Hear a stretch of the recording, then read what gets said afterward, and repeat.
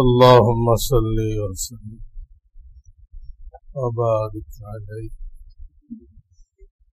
اللهم صل وسلم وبارك عليه الحمد لله وكفى وسلام على عباده الذين اصطفى أما بعد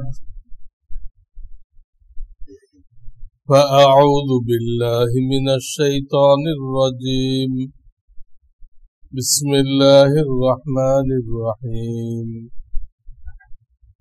يا أيها الذين آمنوا اتقوا الله أقولوا قولا سديدا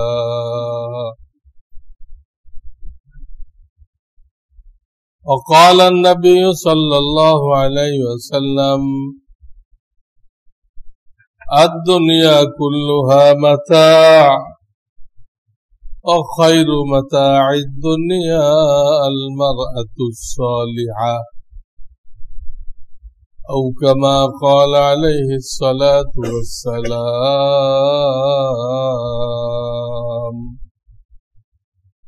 الحمد لله बुजुर्गान मोहतरम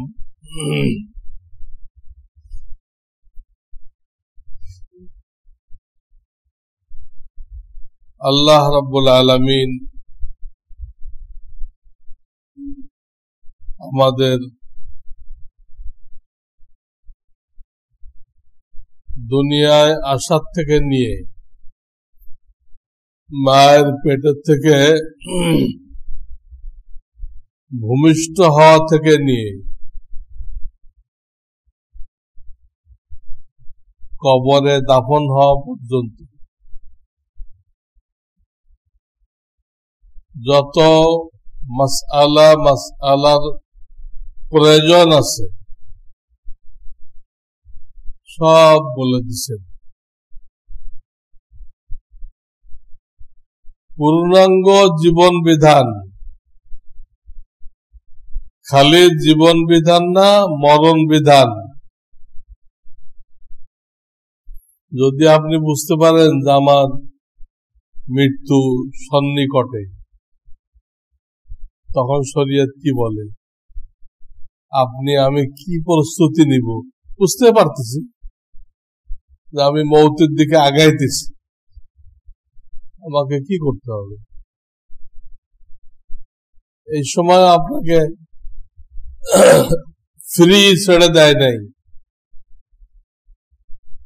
আপনার জন্য আমার জন্য কিছু বিধান নাযিল করা হয়েছে।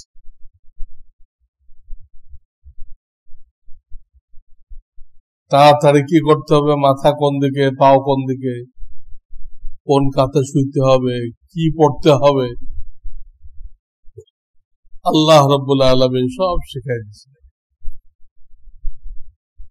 যদিও আমভাবে বলা হয় ইসলাম পূর্ণাঙ্গ জীবন বিধান, কিন্তু আমি বলি শুধু জীবন বিধান না, জীবন বিধানও মরণ বিধানও, মরণের বিধানও এখানে আছে। কোনো কিছু আমাদের ইচ্ছা মতো, আমাদের বুঝ মতো, আমাদের ধারণা মতো করার সুযোগ নেই। অনেকেই একটা ধারণা করে এটাই তো ঠিক, এটাই ইসলাম হবে, এই ধারণা করে ওটা করে ফেলে। এইভাবে তারা জিন্দেগি পার করে দিচ্ছে। মুসলমানের উচিত ছিল যারা আলেম না, মুফতি না, তারা বারবার মুফতিদের কাছে যাবে, যে বিভিন্ন সমস্যা তুলে ধরবে, হুজুর এই সমস্যা, এটা সামনে আসছে, আমার ব্যাপারে শরীয়তের কি বিধান, বারবার আসবে। অথচ অধিকাংশ মুসলমানকে দেখা যেতেছে তাদের পুরা জিন্দেগিতে একবারের জন্য আশা পড়তেছে না, তার কোনো মাসলার দরকারই লাগতেছে না। মাসআলা তো লাইট, যার কাছে ইলম নেই, কোরআন সুন্নাহর ইলম নেই, সে তো অন্ধকারের এই লোকটার জন্য সর্বমুহূর্তে আলো দরকার, কিন্তু সে কোনো সময় এটা দরকার মনে করতেছে না। লোকজনকে জরিপ করেন, কয়জন এরকম আছে সপ্তাহে অন্তত একদিন মুফতির কাছে যায় মাসআলা হল করে আসে? হাজারে লাখে দু একজন হবে। আমার কাছে কিছু লোকজন আসা যাওয়া করে, তারা যখন যে সমস্যা সামনে আসে লেখে, সংক্ষেপে লেখে। এরকম ২-১০টা হইলে আমার থেকে সময় নিয়ে আমার সাথে বসে প্রত্যেকটা বলে, আমি যে উত্তর দেই ওটা লিখে চলে যায়। প্রত্যেকটার জন্য আসার অনেক সময় পাওয়া যায় না, এই জন্য লিখতে হবে। লিখতে এই জন্য হবে, যখন সমস্যা সামনে আসবে তখন আপনি মুক্তি পাবেন না। আবার যখন কোনো মুক্তি পাবেন তখন ওই সমস্যাগুলো মনে নেই, কি জিগাইবেন? মুক্তি পাওয়া গেছে, প্রশ্ন তো মনে নেই। এই জন্য হল করার রাস্তা হলো লিখতে থাকে। আপনার হাতের লেখা কত সুন্দর হওয়ার দরকার নেই, আপনি পড়তে পারলে ছাড়ে। এই হাতের লেখার উপরে কোনো নাম্বার দেওয়া হবে, আপনি বুঝতে পারলে হয়। ওটা দেখে দেখে প্রশ্ন করবেন, জবাব নিবেন, জবাবটাও সংক্ষেপে নোট করবেন, এইভাবে জিন্দেগি চলবে। এটা আল্লাহর নির্দেশ। ফাসআলু আহলা যিকর ইন কুনতুম লা তা'লামুন। কয়েক জায়গায় আল্লাহ রাব্বুল আলামিন এই আদেশ দিয়েছেন যে তোমরা যারা আলেম না, তোমরা উলামায়ে কেরামের কাছে জিজ্ঞাসা করে করে চলো। আমার পীর ও মুর্শিদ হযরত মাওলানা শাহ সৈয়দ আবরারুল হক নব্বরাল্লাহু মারকাদাহু, তিনি বলতেন, তোমাদের সবকিছু কোন আলেমের কাছে পেশ করো, সবকিছু। বিবির সাথে তোমার আচরণ কি, এর মধ্যে কোনো ভুল আছে কিনা উলামায়ে কেরামকে জানাও। সন্তানদের সাথে তোমার আচরণ কি, ভাই বেরাদারের সাথে আচরণ কি, পাড়া প্রতিবেশীর সাথে তোমার আচরণ কি, তোমার দোকানের বা মিল ফ্যাক্টরির যে কর্মচারী আছে তাদের সাথে তোমার আচরণ কি, সব জানো। ব্যবসা বাণিজ্য করতেছ, কিভাবে করো এটা জানাও। হালাল হইতেছে না হারাম হইতেছে, সার কথা প্রত্যেকটা জিনিস ওলামাদের থেকে যাচাই করার জন্য আমার শায়েখ খুব জোর দিতে। এটা আমাদের মধ্যে অভাব। এই অভাবের কারণে দুনিয়াতে আমরা অভাবী। অভাবী কেন হয়েছি আমরা? এটা নেই তো ওটা নেই, একটা ব্যবস্থা করে আর একটা নেই। এই অভাবটা পয়দা হয়েছে এই অভাব থেকে আমরা এলেম শিখি না। এলেমের কোনো গুরুত্ব আমাদের কলবের মধ্যে নেই, জিজ্ঞাসা করতে শরম পাই। অথচ ইসলামে এলেম অর্জন করার কোনো সময়সীমা নেই, কোনো বয়স নেই যে এই বয়সের মধ্যে শিখতে হবে। সাধারণত বাচ্চারা ছোটকালে শেখে। তার কি এই অর্থ যে বড় হয়ে গেলে, বুড়া হয়ে গেলে আর শিখা যাবে না? এই অর্থ? সাহাবায়ে কেরাম কখন শিখছিলেন? সাহাবায়ে কেরামের সামনে রাদিয়াল্লাহু তাআলা আনহুম যখন ইসলাম নাযিল হয়েছে তখন তো তাদের বয়স 50 বছর, 60 বছর, 70 বছর, 80 বছর। তারা তো ছোটকালে শেখে নাই, তারা বুড়া বয়সে শিখছে। শিখে দুনিয়ার শ্রেষ্ঠ মানুষ হয়েছে, স্বর্ণ মানুষ হয়েছে। যে বলা হয়েছে একজন সাহাবী যিনি ঈমানের সাথে এক মুহূর্তের জন্য আল্লাহ রাসূল সাল্লাল্লাহু আলাইহি সাল্লামকে দেখেছেন, এক মুহূর্তের জন্য আল্লাহ রসুলকে দেখেছেন। কিয়ামত তক যত ওলি গস কুতুব আবদাল আসবে, কিয়ামত তক সবাই যদি এক পাল্লায় রাখেন, আর এক মুহূর্তের জন্য যিনি রসুলকে দেখছেন, রসুলের সোহবতে গেছেন, তাকে আর এক পাল্লায় রাখেন, তো সাহাবাওয়ালা পাল্লা ভারী হয়ে যাবে। তাদের কোন রকম সমালোচনা করা আমাদের জন্য হারাম, হারাম। নবীজি বলেছেন সাল্লাল্লাহু আলাইহি সাল্লাম, তোমরা যদি কাউকে দেখো আমার সাহাবায়ে কেরামের দোষ চর্চা করতেছে তো লানত দাও, লানত।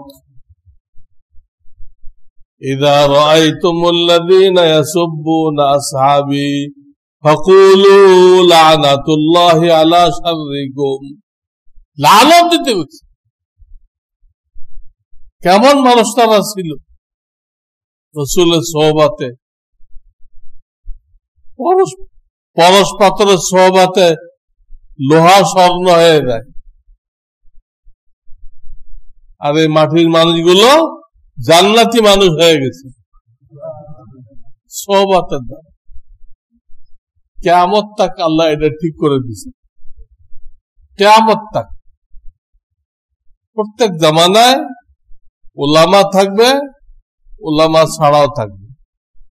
উলামা না, তারা উলামাদের কাছে আসবে, এসে দিন শিখবে, তাহলে সে কামিয়াব।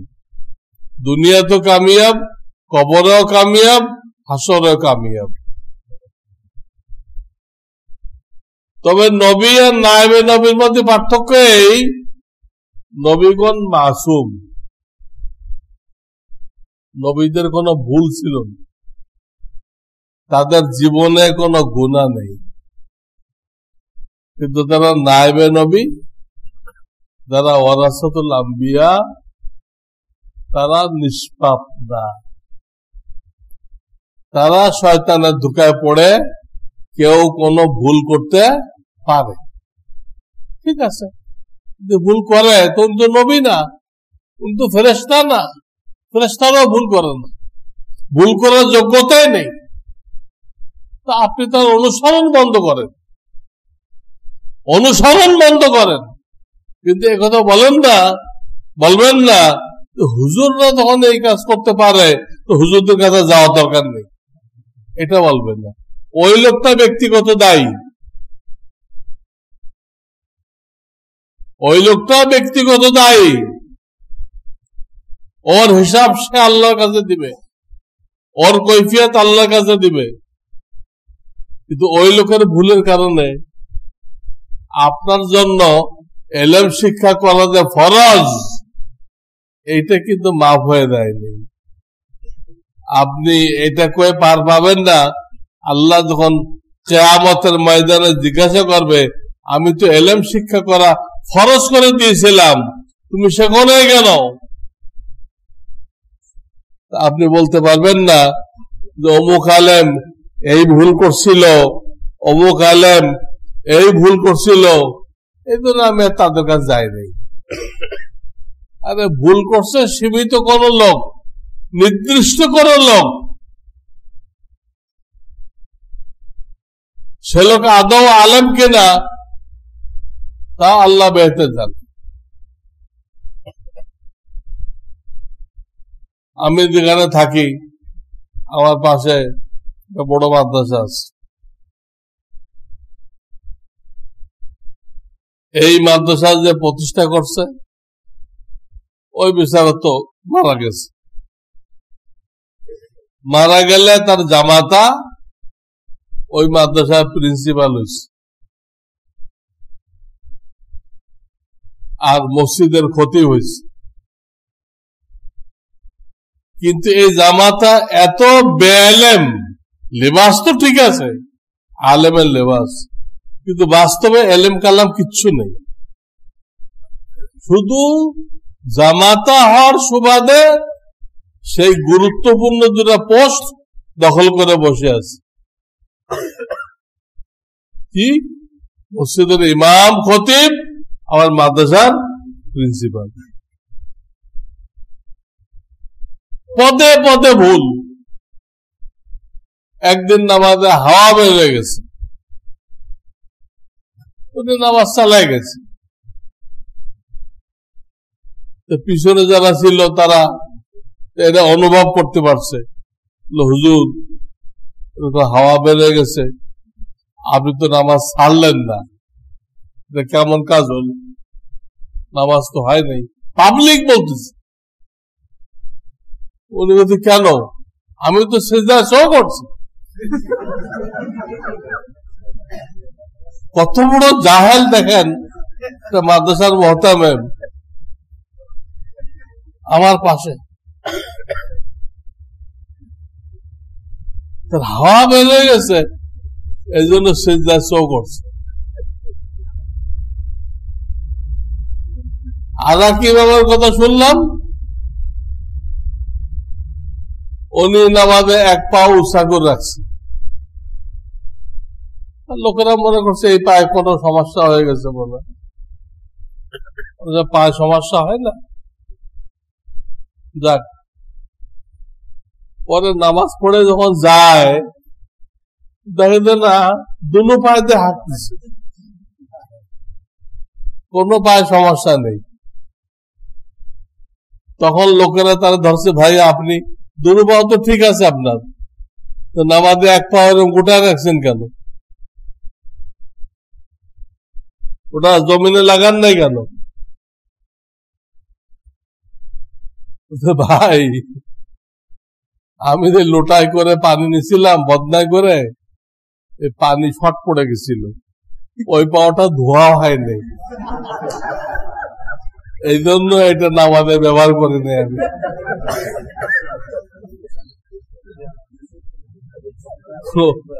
ওই পাওয়াটা ধোয়া হয়নি, এই জন্য নামাজে ব্যবহার করেনি। এই টাইপের লোক তার রাজধানীতে ইমামতি করতেছে, রাজধানীতে। আপনার পাশে এক মসজিদ বহুদিন খতিবগিরি করে গেছে, এক লাইন মাদ্রাসা পড়ে নাই, খতিবগিরি করে গেছে। ওই এক মসজিদের কালেকশন করতো মাইক দিয়ে কালেকশন করত। কালেকশন করতে করতে সে বক্তা হয়ে গেছে। এটা ওই মসজিদ আল্লাহরা তার বক্তৃতা পছন্দ করছে। কমিটি যদি কাউকে নিয়োগ দেয় তো এরকমই হয়। নিয়ম হলো, কমিটির দায়িত্ব হলো কিছু ভালো আলেম রাখা, যারা উলামায়ে কেরামকে পরীক্ষা নিতে পারে। তারা পরীক্ষা নিলে এই ওষুধ বিক্রেতা, এই কালেকশন করেওয়ালা এইগুলোর খতিব রাখবে। এই লোকটা এক লাইন মাদ্রাসা পড়ে নাই, এই পাশে এক মসজিদে, আমি নাম বলবো না, আমি এক জামানা ছিলাম সেখানে, এখানে খতিবগিরি করে গেছে। সে আমার বক্তা ছিল, তো তার ড্রাইভার বলতেছে উনি তো অনেক সময় ফজরের নামাজও পড়ে না। দেখেন, রাজধানীর খতিব এক লাইন পড়ে নাই, নামাজও পড়ে না। ড্রাইভার ছিল হুজুর, আপনি হুজুর মানুষ, আপনার বয়ান শোনেন লোকেরা, আপনি ফজর পড়েন না কেন? ভাই তুই বুঝবি না, আমি জেহাদের ময়দানে আছি। জেহাদের ময়দানে আল্লাহ রাসূলের নামাজ কাজা করছিল। উহুদের ময়দানে, ইসের ময়দানে, কিসের ময়দানে? খন্দকের ময়দানে আল্লাহ নবীও নামাজ কাজা করছিল। সেটা আমার জন্য জায়েজ আছে, আমার ফতোয়া দিচ্ছে এটা। কোন জিহাদের ময়দানে আছে? এইসব লোক খতিব, বিয়ালক, বেয়া এলেম, জাহেল, খালি গলাবাজি আছে। বাংলাদেশে গলাবাজির খুব দাম। গলাবাজি করে আপনি একটা দেশ কায়েম করতে পারেন। গলাবাজি করে কত লোক পুরা দুনিয়া বাংলাদেশকে মাথায় ফেলছে। পরে এক ঘটনায় ধরা পড়ে গেছে,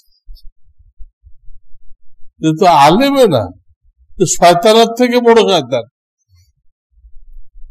অথচ সেই ঘটনার আগে সারা বাংলাদেশ তার পক্ষে, তার নাম শুনলে সাথে সাথে 1 লাখ লোক জমা হয়ে যায়। শুধু গলাবাজি, না এলেম আছে না আমল আছে। নাউযুবিল্লাহি মিন যালিক। এই জন্য আপনারা চিনবেন না, আপনারা অন্যান্য উলামায়ে কেরামকে জিজ্ঞাসা করেন, করে যার ব্যাপারে ভালো মন্তব্য পান, না ওনার এলেমও আছে আমলও আছে, এমন একজনকে খুঁজে বের করেন এবং তাকে ফলো করেন। এইটাই কিন্তু এই যে শাওয়াল মাস চলতেছে, আজকে শেষ হয়ে যেতে পারে, আজকে শেষ না হলে কালকে শেষ হবে। এই শাওয়াল মাসের শিক্ষা এটা। শাওয়াল মাস এত সম্মানী কেন? যে এই মাসের নফল রোজা, এটা রমজানের ফরজ রোজার সমান সওয়াব পাইতেছে। কারণ এই মাসে 6টা রোজা রাখলে ওটা রমজানের 30-এর সাথে মিলানো হয়। 30 আর 6 36, তো এই 36 দিন রোজা রাখলে সে পুরা বছর রোজা রাখলো। অথচ 36টা সপ্তাহ রমজানে রাখে নাই, এই মাসে রাখছে 6টা কি শাওয়ালে রাখছে। তো রমজানের সমান মর্তবা পাইল কিভাবে? ওই যে রমজানের সাথে লেগে আছে, রমজানের সোহবতে আছে, এই সোহবতে এই মাসকে এত দামি বানাই দিছে, এত মূল্যবান বানাই দিছে। সোহবত। মাওলানা শামসুল হক ফরিদপুরি রহমাতুল্লাহ এই কথাটাই বলতেন, সঙ্গ গুণে রঙ্গ ধরে। এই জন্য আল্লাহ আল্লাহদের সোহবত, দিন আসার এটা একমাত্র লাইন। ইন্টারনেট ইত্যাদি দিয়ে বই পুস্তক দিয়ে জানা যায়, ওটা আমলে আনা যায় না। কিন্তু একই সাথে এলেমও হবে, আমলও হবে। এর রাস্তা হলো সোহবত। আল্লাহর হুকুম আকাম সম্পর্কে জানাও হবে, আবার সেটা আমলে আনা যাবে। এর রাস্তা কি? সোহবত। সাহাবায়ে কেরাম এইভাবে এলেম শিখছিলেন। তারা বই পড়ে শেখেন নাই, ইন্টারনেট তো ছিলই না তখন, ওগুলো থেকে শেখেন নাই। আর ওগুলোতে যা নাকি মসলা মাসাইল দেয় সবই ওই আহলে হাদিস বাতিল ফেরকার মসে, বাতিল ফেরকা। আমি আগেও বলছি, আমির হামজা একজন বহুত বড় বক্তা, সে মানুষকে মুতাজিলা বানাইতেছে, বাতিল ফেরকা। আজহারি বহুত বড় বক্তা, তার নাম শুনলে সব লোক জড়ো হয়ে যায়। সে আহলে হাদিসের রস করে, অথচ তার রস শোনার জন্য সব পাগল। এটা বোঝার যোগ্যতাও নেই যে লোকটা কি, আমি তো হানাফি মাযহাব, আমার মাযহাবের রস করতেছে না চার মাযহাবের বাইরে পঞ্চম বাহিনী রস করতেছে। এটা বোঝার যোগ্যতা পাবলিকের নেই। তার যোগ্যতা কি? ওদের ফাঁকে ফাঁকে ইংরেজি বলতে পারে,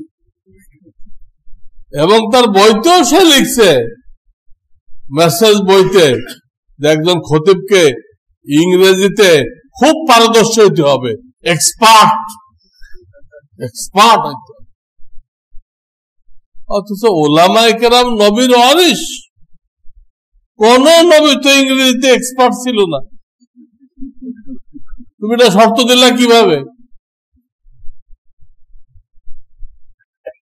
আমরা তো নবীর ওয়ারিস, কোন ইংরেজের ওয়ারিস না আমরা। সে তার বইতে এই ফতোয়া দিছে, এবং সে বই কেনার জন্য ভিড় লেগে গেছে। তার ভক্তরা, তার বেশিরভাগ ভক্ত হলো মহিলা, মহিলাদের তো আকল কম, এরাই ভক্ত হয়েছে বেশি। আল্লাহ হেফাজত করুন। এই মাসের শিক্ষা হলো সোহবত। সারা জীবনের জন্য সোহবত লাগবে, তাহলে আমি পথভ্রষ্ট হব না, সিরাতে মুস্তাকিম থেকে গুমরা হব না। আর 2 নম্বর শিক্ষা হলো এই মাসে নবীজি বলছেন, তোমরা যারা বিবাহ শাদী করতে চাও সারা বছরই জায়েজ, 12 মাসের 12 মাসেই জায়েজ। ইসলামে কোনো অশুভ নেই, ইসলামে কোনো অশুভ নেই, সব মাসে জায়েজ, সফর মাসেও জায়েজ। বাকি যদি তোমরা পারো, কারো সুযোগ হয়, এই চাঁদে করতে পারলে বেশি বরকত, এই চাঁদে করতে পারলে বেশি বরকত। এই জন্য যাদের প্রোগ্রাম আছে বিবাহের, তারা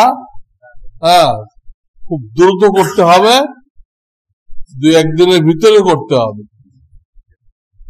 গতকাল বাদ মাগরিব আমি একটা বিবাহ পড়াইলাম, তারাও বরকত পেয়ে গেল। তো 12 মাসের 12 মাস যায়, এই মাসটাকে নবীজি উত্তম বলেছেন। আল্লাহর পক্ষ থেকে বেশি রহমত বরকত পাওয়া যায়। আবার 7 দিনের 7 দিনেই বিবাহ যায়, 7 দিনেই। কিন্তু আল্লাহর নবী সাল্লাল্লাহু আলাইহি সাল্লাম শুক্রবারকে ভালো বলেছেন, জুমাবার, শুক্রবারকে আলেম ওলামারা বলে জুমাবার, এটা ফজিলত।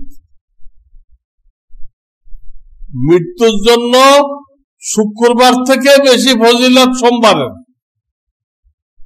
আল্লাহকে যদি মৃত্যুর জন্য কামনা করতে হয়, তো সোমবারের মৃত্যু চাইতে হবে। ওটা শুক্রবার থেকেও ফজিলত, শুক্রবারেরও ফজিলত আছে, শুক্রবারেরও আছে, তার থেকে বেশি কোনটা? সোমবার, যেদিন স্বয়ং আমাদের প্রিয় নবী মুহাম্মদ রাসূলুল্লাহ সাল্লাল্লাহু আলাইহি ওয়াসাল্লাম চলে গেছে। এই শুক্রবার দিনটা উত্তম, বরকতময়, এবং জমিনের যে কোনো জায়গায় বিবাহ জায়েজ, যে কোনো ঘরে, যে কোনো মাঠে ময়দানে, সব জায়গায় জায়েজ। এমনকি প্লেনের মধ্যে যদি বিবাহ হয়, হ্যাঁ, তাও জায়েজ। হ্যাঁ, পানির জাহাজে যদি বিবাহ হয় তাও জায়েজ, সাবমেরিনের মধ্যে যদি বিবাহ হয় তাও জায়েজ, সব জায়েজ। আল্লাহ জায়গার কোনো শর্ত লাগায়নি। তবে এটা বলছেন আল্লাহর ঘরে যদি হয়, মসজিদে যদি হয়, এটা বরকতময়। তোমরা যারা আমার উম্মত, তোমরা মসজিদে করো, মসজিদে করলে বরকত হবে, আল্লাহর পক্ষ থেকে মিল মোহাব্বত নাযিল হবে, এবং কোন বিছানাও লাগলো না, কোন গেট বানানো লাগলো না। মসজিদের গেট আগের থেকে বানানো আছে, আপনার কোনো গেট বানানো লাগলো না, কোন লাইটও লাগলো না, চেয়ার টেবিলও লাগলো না, কিছুই লাগলো না, আবার বরকত পেয়ে গেল। এই জন্য তিনি আমার বলার উদ্দেশ্য হলেই, আল্লাহ যদি কাউকে তৌফিক দেয়, সেই তিনটা জমা করবে, শাওয়ালের চাঁদ, জুমা বার আর শুক্রবার, কি মসজিদ, আল্লাহর ঘর, জুমা বার আল্লাহর ঘর, এই তিনটাকে মিলাইতে চেষ্টা করবে। আর যদি কোনো ওজোর আপত্তির কারণে না পারে, তাহলে সে দুটা মিলাবে, তিনটা মিলাতে পারতেছে না, দুটা মিলাবে।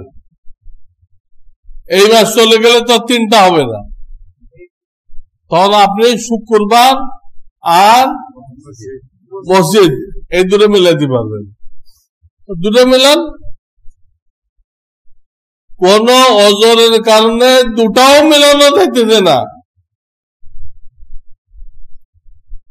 আপনি একটা মিলান, হয় আল্লাহর ঘরে করেন আর না জুমাবারে করেন।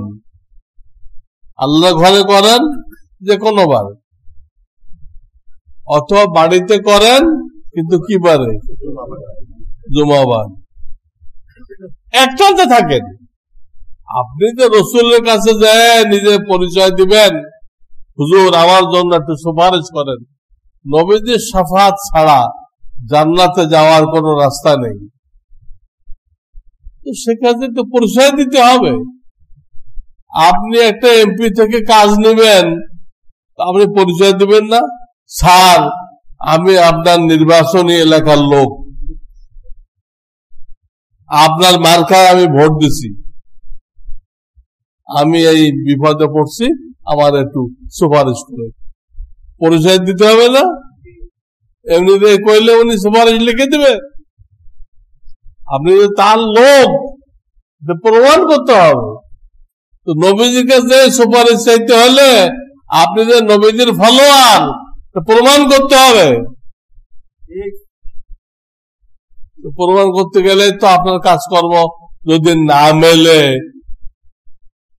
রাসূলুল্লাহ আপনাকে প্রত্যাখ্যান করবে, আমার ফলোয়ার, তোমার কোন কাজই তো আমার সাথে মেলে না।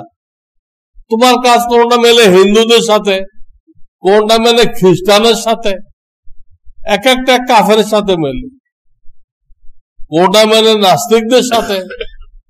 আমার উম্মত হইলে কেমনে, আমার অনুসারী কিভাবে হইলা?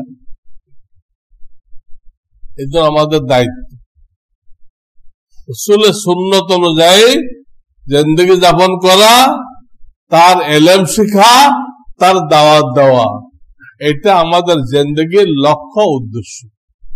জিন্দেগির লক্ষ্য উদ্দেশ্য সুন্নত শিখা, সুন্নত মানে নবীজির তরিকা, এই নবীদের তরিকার মধ্যে ফরজ ওয়াজিবও আছে। ফরজ ওয়াজিব কি তার তরিকা না? হ্যাঁ, এটাও আছে। এই সুন্নতকে শেখা, আমল করা, দাওয়াত দেওয়া, এবং আমাদের প্রত্যেকটা কাজকে নবীজির সুন্নতের সাথে মিলানো। প্রত্যেকটা কাজ ওটা নিয়ে গবেষণা করা, যেটা কি আল্লাহ নবীর সুন্নতের সাথে মিল আছে না মিল নেই। মিল না থাকলে মিল করতে হবে, এটা আমাদের দায়িত্ব। তো বিবাহ শাদী সম্পর্কে আমরা কেউ আছে মাল দেখি, মাল, এটা খ্রিস্টানদের তরিকা। কেউ আছে সৌন্দর্য দেখি, এটা ইহুদিদের তরিকা। কেউ আছে বংশ দেখি, এটা হিন্দুদের তরিকা। নবীজি বলেছেন যে এইগুলো লোকেরা দেখে, তোমরা যারা আমার উম্মত আছো তোমরা দিনদারি দেখো, ওগুলো থাকলেও ভালো না থাকলেও ভালো, ওগুলো কোনো জরুরি না, জরুরি না। বরং তিনি মারাত্মক কথা বলছেন যে কোনো মেয়েকে বিবাহ করবে ইজ্জত পাওয়ার জন্য। যে উনি মন্ত্রীর মেয়ে, এর বিয়ে করলে আমার খুব ইজ্জত হবে, লোকেরা আমারে খুব দাম দিবে, এই নিয়ে বিয়ে করবে ইজ্জত পাওয়ার জন্য। আল্লাহ তাকে নিজে হাতে বেইজ্জত করে দিবেন। কেউ যদি মাল দেখে বিবাহ করে, এখানে বিবাহ করলে অনেক মাল পাওয়া যাবে, তো আল্লাহ তাকে ফকির করে দিবে। সৌন্দর্য দেখে বিয়ে করলে আল্লাহ ওই সৌন্দর্য নষ্ট করে দিবেন। আরে একটা জল বসন্ত হলে সৌন্দর্য শেষ, আর একটা ব্ল্যাক ফাঙ্গাস হলে তো জীবন শেষ। ব্ল্যাক ফাঙ্গাসে মরতেছে না আমাদের বন্ধু রাষ্ট্র আল্লাহরা, ব্ল্যাক ফাঙ্গাস, চেহারা কালো হয়ে যায়। আল্লাহ হেফাজত। এগুলো দেখতে মানা করছেন, দেখো আল্লাহ ভক্ত কিনা, নামাজি কিনা, এটা দেখতে বলছে। আর একটা কথা বলছেন, মেয়েরা অভিভাবকের সহযোগিতায় বিবাহ বসবে, অভিভাবককে নিয়ে বিবাহ বসবে। কিন্তু ব্রিটিশ শাসনের বিস্ফল, ব্রিটিশ যে 200 বছর শাসন করে গেছে, তার বিস্ফলেই এখন আমাদের ছেলেরা মেয়েরা বিবাহ করতেছে, অভিভাবক লাগে না, ওই কোর্টে দেয় চুপচাপ বিয়ে করে ফেলতেছে। কত বেহায়া, কত নির্লজ্জ, কত নির্লজ্জ এই করতেছে। আপনাকে জিজ্ঞাসাও করতেছেন,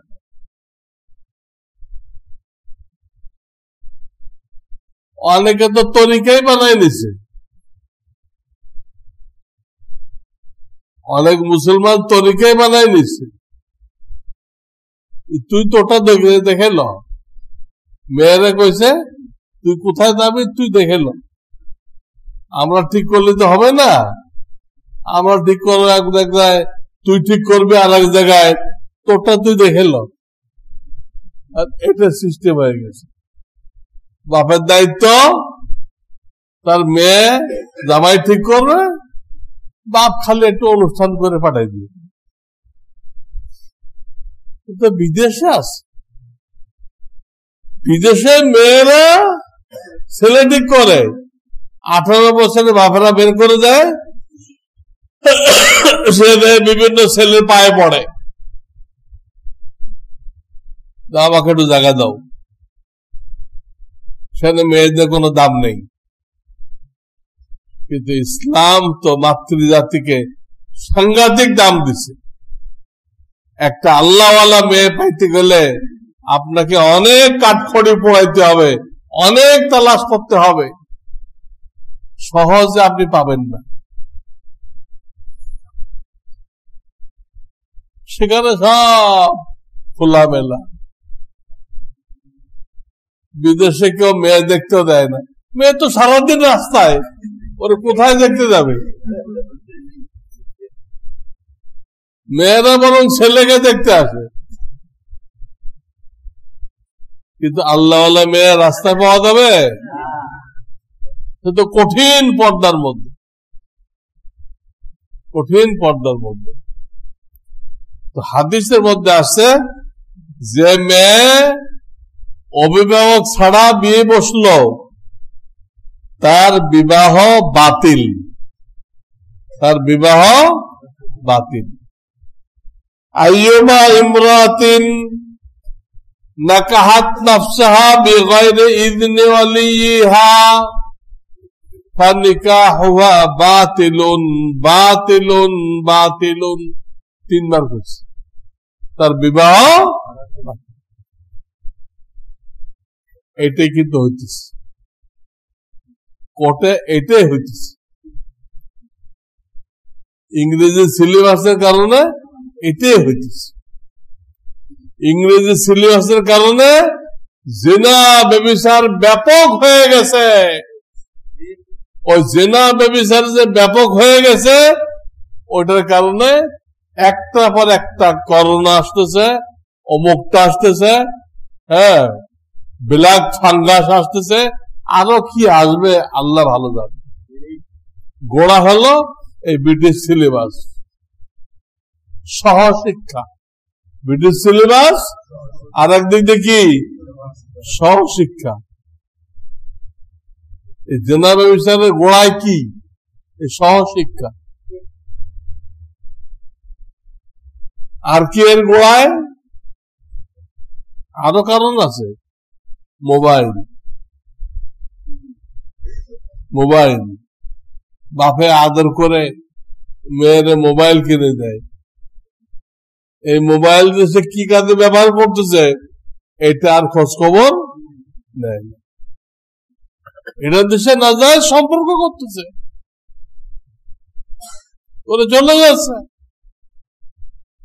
মিথ্যা কথা বলে চলে যাচ্ছে। আর আমাদের বন্ধু দেশ তো বসে আছে মাদক সাপ্লাই দেওয়ার জন্য। হ্যাঁ, যত বর্ডার আছে তারা এখন বর্ডারে মাদক তৈরির কারখানা খুলছে। দূরত্বে আনতে পয়সা লাগে, মাদকে বর্ডারে তৈরি করবে আর এ পাশে ফেলে দিবে। বর্ডার গার্ড দারোয়ান, এদের তো কোনো ক্ষমতা নেই, কটা বেতের লাঠি লয়ে ঘুরতেছে। আমি দিনাজপুর থেকে গেলাম বাংলা হিলি, ওটা একটা বর্ডারের সাথে রাস্তা, বেতের লাঠি লয়ে ঘুরতেছে। কি করবে? এগুলোর এমন বকরি বানাই দিছে, এইভাবে একদিকে ব্রিটিশ সিলেবাস আর একদিকে সহশিক্ষা। কেন মুসলমান গভর্নমেন্ট সহশিক্ষা চালু করলো?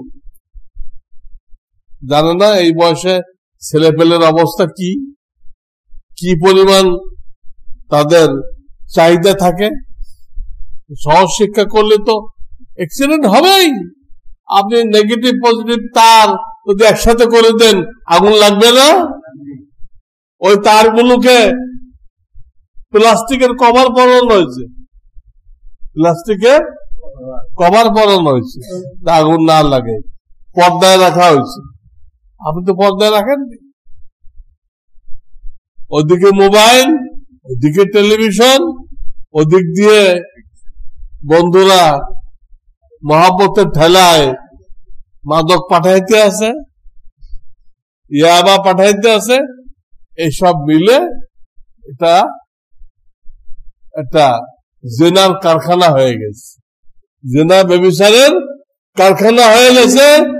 এই কারখানার কারণে আমাদের উপরে গজব নাজেল হইতেই আছে। আর আমরা মনে করতেছি প্রাকৃতিক দুর্যোগ, প্রাকৃতিকের কান থেকে দিচ্ছি। এই প্রাকৃতিক কথাটা বলা একটা কুবরি কালাম। প্রকৃতির নামে কোনো কিছু নেই, নেশার নামে কোনো কিছু নেই, সবকিছু আল্লাহ করে। প্রকৃতিকে আল্লাহ কোন নাম কি আছে নাকি? প্রকৃতি কেন বলা হয় প্রাকৃতিক দুর্যোগ? এটা তো কুবরি কথা। কোন প্রাকৃতিক দুর্যোগ নেই, যা কিছু হয় আল্লাহর পক্ষ থেকে হয়। এইগুলো চিন্তা করতে হবে যে কোরআন হাদিস কোথায়, আমরা কোথায়। সর্বশেষ একটা কথা বলে শেষ করতেছি। আমাদের দেশে সিস্টেম বানানো হয়েছে, তাকে পড়াশোনা শেষ করবে, চাকরি পাবে, তারপরে বিয়ে হবে। বলেন এটা সিস্টেম কিনা? আপনি কি এই সিস্টেমটা কোনদিন কোরআন হাদিসের সাথে মিলাইছেন? মেলে কিনা? পড়াশোনা করবে, শেষ করবে, চাকরি করবে, তারপরে বিয়ে দিবেন। ততদিন তার বয়স হবে কত?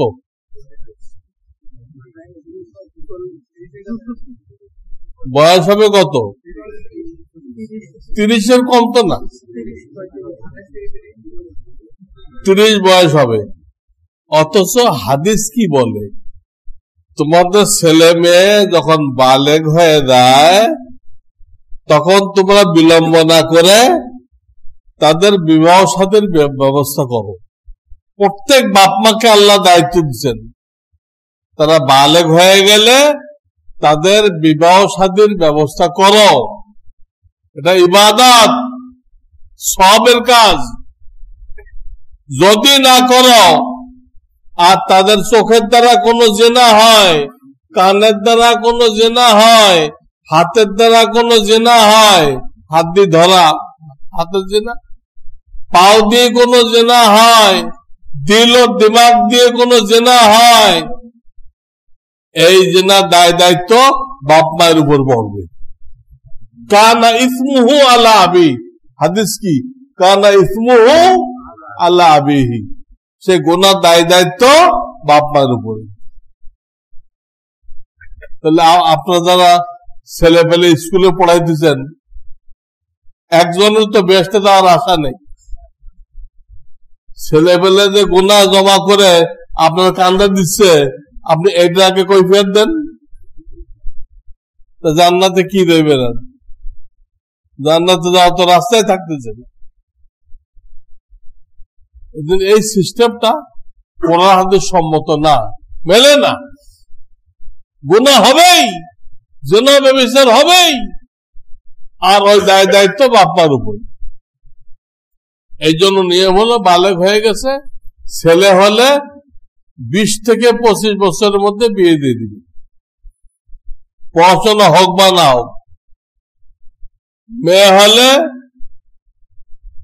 এই 16 থেকে 18-20 বছরের মধ্যে বিয়ে দিয়ে দিবেন, পড়াশোনার ধার ধারবেন না। বালেগ হওয়ার 2-1 বছর পরেই বিয়ে দিয়ে দিবেন। এনজিও গুলো ঝেঁটিয়ে এদেশ থেকে তাড়ানো দরকার। এই খবিজ গুলো আইন বানাইছে, 18 বছর লাগবে, 18 বছর লাগবে। তোমরা কে? তোমরা আসতো 7 সমুদ্র 13 নদী পার হয়ে লন্ডন আমেরিকা থেকে, তোমরা এদেশে আইন বানানোর কে? 18 বছর লাগবে। আমাদের মাননীয় প্রধানমন্ত্রী কইছিল না 16 বছর হলেও হবে, পরে তারা হাউ খাওয়া আরম্ভ করে দিচ্ছে। এনজিওরা, তাদের দালালরা হাউ খাওয়া আরম্ভ করে দিচ্ছে। প্রধানমন্ত্রীর কথাও মানতে রাজি।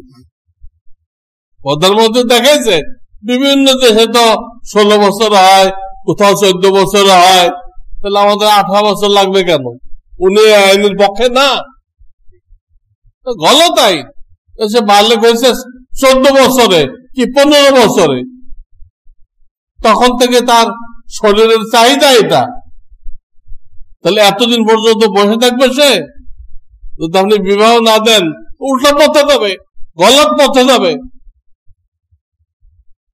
এই জন্য এটা ঠিক না। আপনি শরীয়ত মতো চলেন। রইল খাবে কোত্থেকে? আল্লাহর হাবিব কইছেন যে 2 জনের খানা 3 জনের জন্য যথেষ্ট, 3 জনের খানা 4 জনের জন্য যথেষ্ট। তো খাবে কোত্থেকে? আল্লাহ রসুল বলে দিতে খাবে কোত্থেকে। এবং এতে বরকত হবে, আপনার সংসারে বরকত হবে, এবং ছেলের মায়ের জন্য সহজ হবে। ছেলের মা সংসারের ঘানি টানতেছিল, তখন একটা মেয়ে বাইরের থেকে আসলো পুত্রবধূ হিসেবে, শাশুড়ি কাজ কমলো না, সেটা আরামে থাকবে না? আরামেও থাকবে। আর যদি একান্ত বাপে না খাওয়ায়, তো ছেলের টিউশনি করে খাওয়াইবে। টিউশনি পাওয়া যায় কিনা দুনিয়াতে? টিউশনি করে খাওয়াইব। তবুও নিজেকে কি করবে? গুনার থেকে বাঁচাবে। মূল কথা হলো গুনার থেকে বাঁচাইতে হবে, গুনার থেকে বাঁচাইতে হবে। কথা তো অনেক, আমি কয়েকটা কথা বললাম যেগুলো কোরআন হাদিসের সাথে আমাদের কাজ মেলে না। আমাদের কাজগুলো সব কি কোরআন হাদিসের বিরুদ্ধে। তাহলে কেমনে শান্তির আশা করি, কেমনে ইজ্জতের আশা করি, কেমনে কবর আযাব থেকে মাপ পাওয়ার আশা করি? আমাদের কাজ তো মেলে না। আল্লাহ রসুল যে তালিম দিচ্ছেন, ওই তালিমের সাথে মেলে না। আল্লাহ আমাদেরকে বুঝবার তৌফিক দান করেন। ওয়া আখিরু দাওয়ানা আনিল হামদুলিল্লাহি রাব্বিল আলামিন।